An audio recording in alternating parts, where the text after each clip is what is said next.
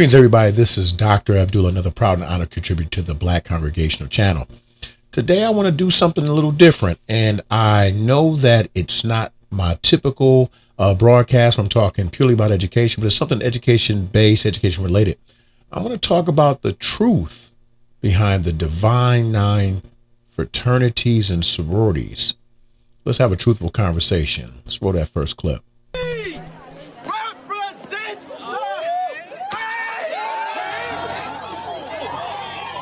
For more than a century, Black Greek organizations have made their voices heard on college campuses and in communities across the country.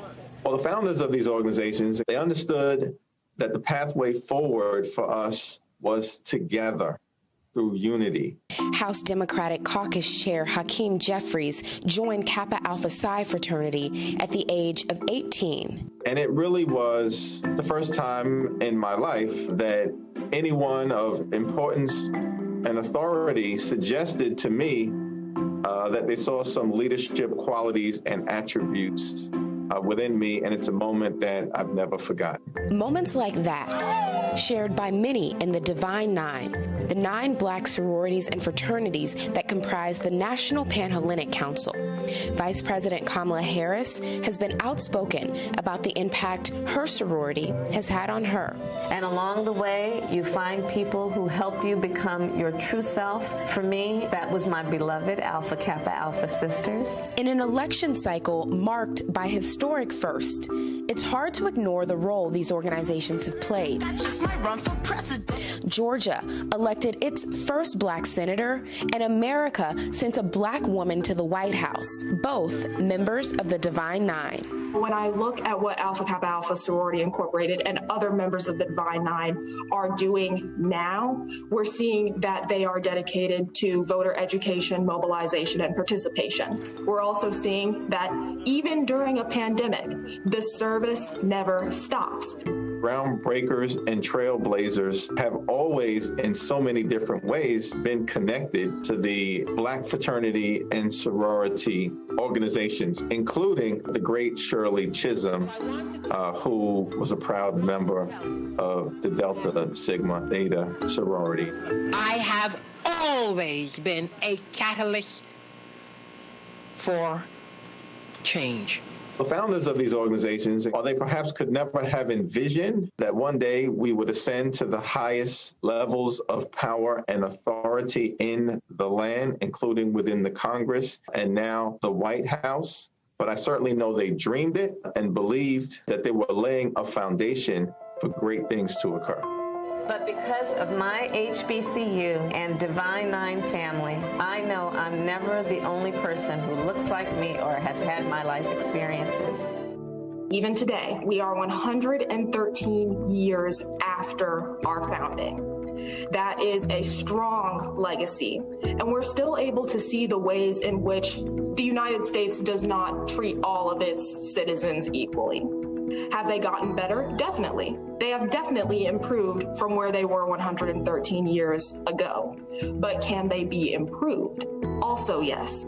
We are passionate about the same issues within our communities, within the world at large, and we work together in order to achieve common goals. And if that isn't family, I don't know what is.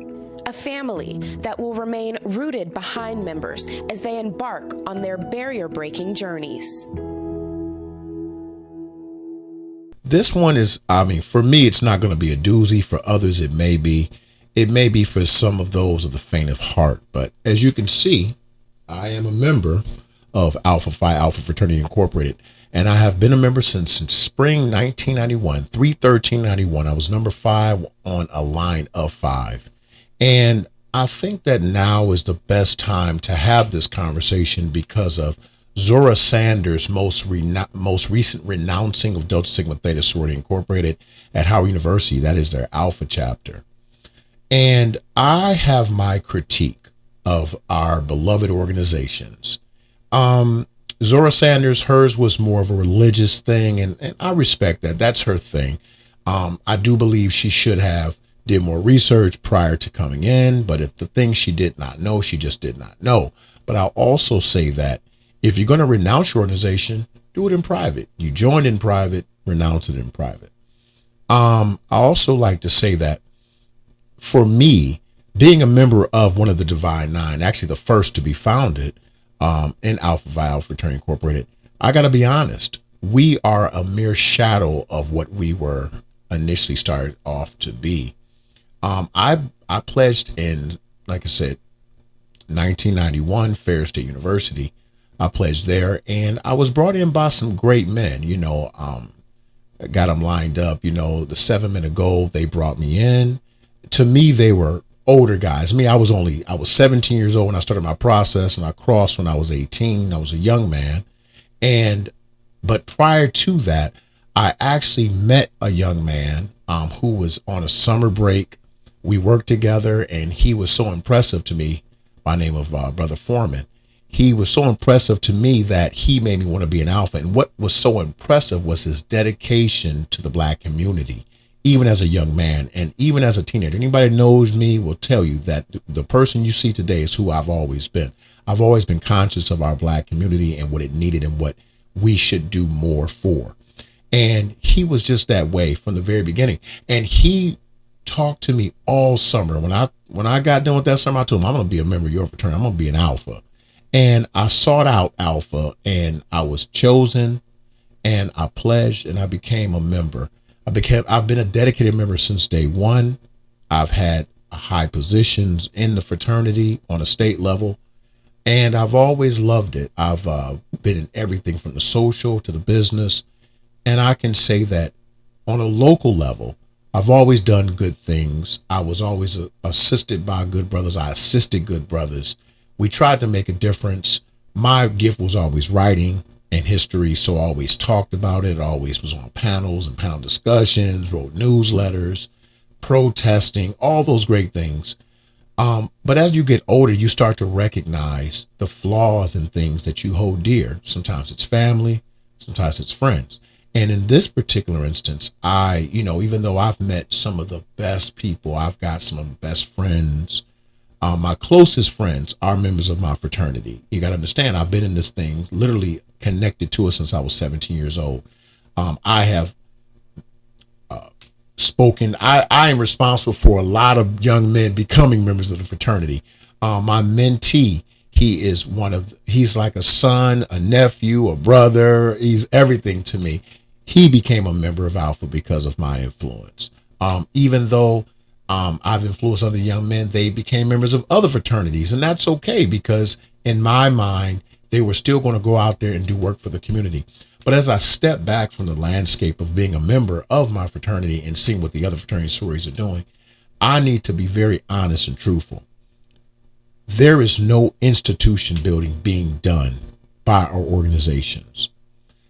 And I'm going to say this plainly, as I've said many, many times. Our organizations, for the most part, with the exception of Iota Phi Theta, we're all over 100 years of age. How come there is no banking institution? How come there is no national educational institution? There's no manufacturing. There's no food production or distribution.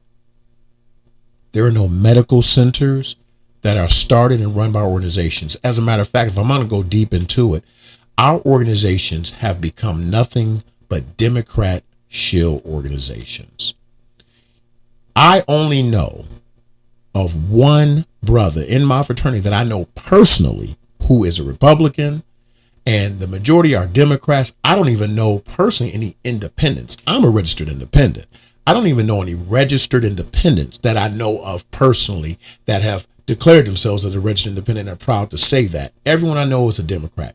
As you know, and if you did not know, I'm going to tell you this, and I'm not proud to say this, Roland Martin is a part of my organization, Boule Martin. And every time I see him wear the letters, it just enrages me, because I know why I pledge the organization, because I want to help the community further itself, not be at the beck and call of the dominant society. But another great member of the organization was Dick Gregory, Judge Joe Brown, Judge Mathis. These are brothers who actually care about our community, but you never hear about them. But you do hear about Roland Martin. You don't hear about Huey P. Newton, who was a member of Phi Beta Sigma. You never even hear about Khalid Muhammad. The great warrior scholar Khalid Muhammad was a member of Omega Psi Phi. You don't hear about these people.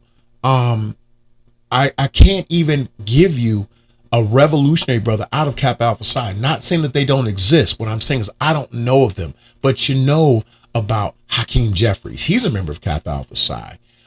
You hear about Thurgood Marshall, member of Alpha Phi Alpha, Martin Luther King. And I want to say that if we're truly set up for the organizations, if we're really set up as organizations for the Black community, we need to be institution building, and that's just not what we're doing. And we need to be honest about it. I want to open a school. I've been pushing this idea for years. I have the credentials. I have the knowledge. I have the skills. You will be amazed at how many members of the Divine Nine are entrenched in the educational system. How come we don't have a national school system for our children? Every other community has it. And we have 100-year-old organizations that don't have that. That is ridiculous to me. It makes no sense. We literally are entrenched in every facet of life, but we do not have control of any interest in those facets of life. I've been in education for 20 plus years, and I have to still explain what my letters are when I have them on, or I have them on my wall, which I do have them on my wall in my office. And in my classroom, I've had discussions. They don't know. What's that IO? You know why they don't know? Because no one comes to them. No one offers them resources. No one offers them mentorship out of these organizations on a national scale. We've been around for over 100 years. We should be on the lips of every single Black family. They should know about us. If they don't have a member in their family, they should know about us, and we're just not doing it. I don't care what everyone may say in the comments. They may be upset. It doesn't matter. You can't show me proof of your organization. I'm talking from Alpha all the way down to Iota, who has done anything on a national level. Nationally, I'm not talking about what your chapter does. Don't tell me about what your chapter does.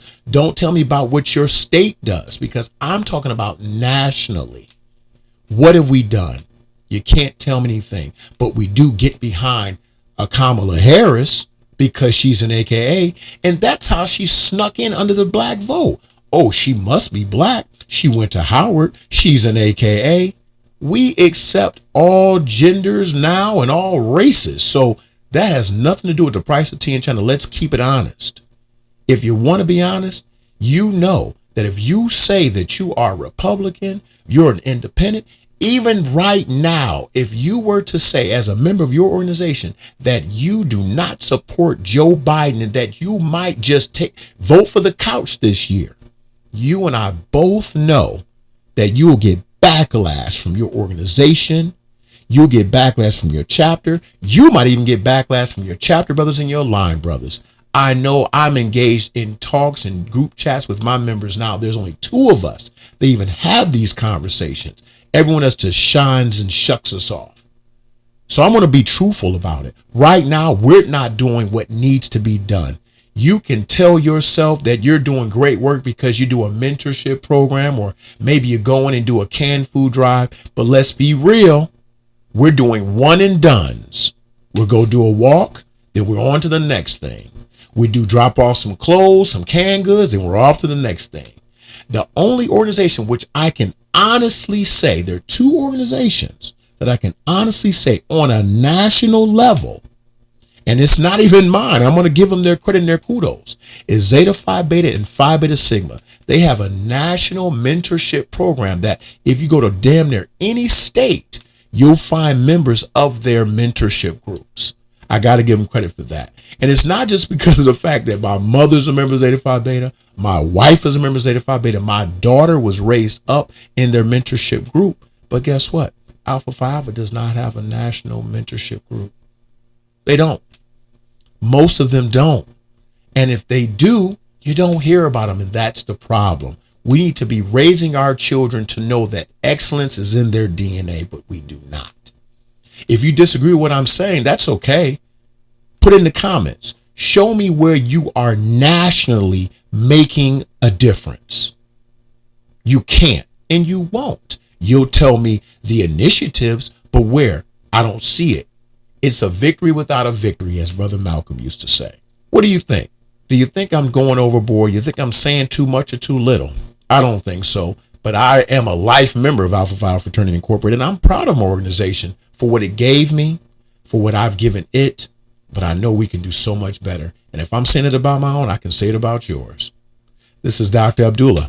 Thank you for tuning in to another episode of the All Education Official, as well as the Black Congregation. Thank you for tuning in to the Black Congregation.